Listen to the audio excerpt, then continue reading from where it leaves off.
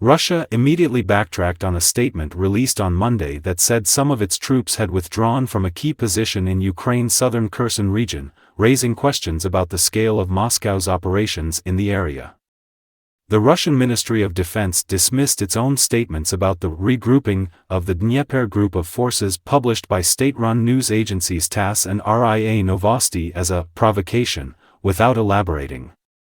The term regrouping has previously been used by the Kremlin in Russian President Vladimir Putin's full-scale invasion of Ukraine to describe a battlefield retreat by its forces.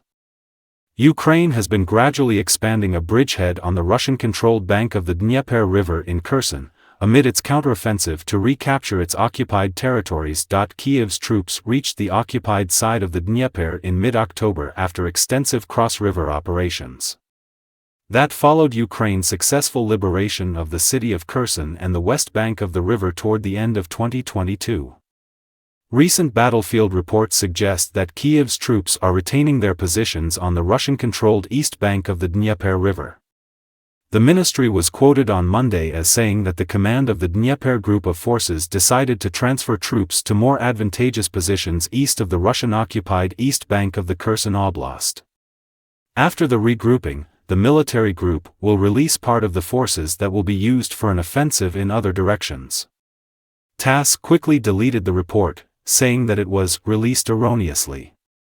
The Russian Defense Ministry also told Russian news outlet RBC that the false message of the regrouping of troops in the region was a provocation. Telegram channel Caution News, which is owned by Russian journalist Ksenia Sobchak, reported that state-run news agency RIA Novosti could have received information about the regrouping from a fake Russian Ministry of Defense account, allegedly run from Ukrainian territory. Another Telegram channel, Rybar, speculated that the news agencies accidentally published news from last year, referring to Russia's abandonment of the city of Kherson in November 2022, which marked one of Russia's most significant retreats in the war. And the National Resistance Center of Ukraine, which operates as an information outlet under the Armed Forces of Ukraine, claimed that the message about a regrouping was a Russian psychological operation. Kremlin spokesman Dmitry Peskov on Monday declined to comment on the Defense Ministry's swift backtrack. Newsweek has contacted Russia's Defense Ministry for comment via email.